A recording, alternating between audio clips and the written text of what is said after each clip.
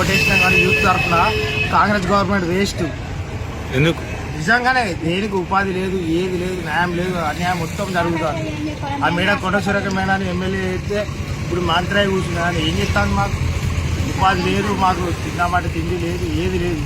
ఎందుకు సార్ అది వేస్ట్గా గవర్నమెంట్? ఇప్పుడు ఈ కూలగొట్టిని ఎందుకు కూలగొడతాలని మీకు తెలుసా? అసలు మాకు తెలియదు సార్, ఎవరు నోటీస్ చేయలేదు, ఏం చేయలేదు సార్. కేసీఆర్ గవర్నమెంట్ ఉన్నప్పుడు అంతా కూడా మాకు ఏం జరగలేదు. కానీ ఈ కాంగ్రెస్ గవర్నమెంట్ గెలిపించింది మాకు వేస్ట్ అవుతారు.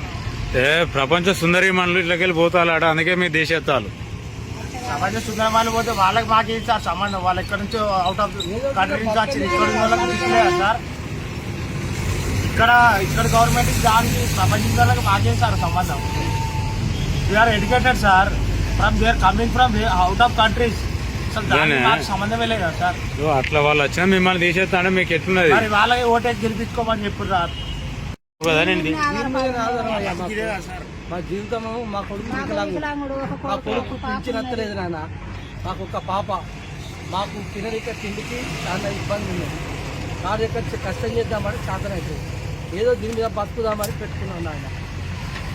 ఈ 10 రోజులు మా వాళ్ళు బాగలేక ఎంజంలో ఉన్నాం సార్.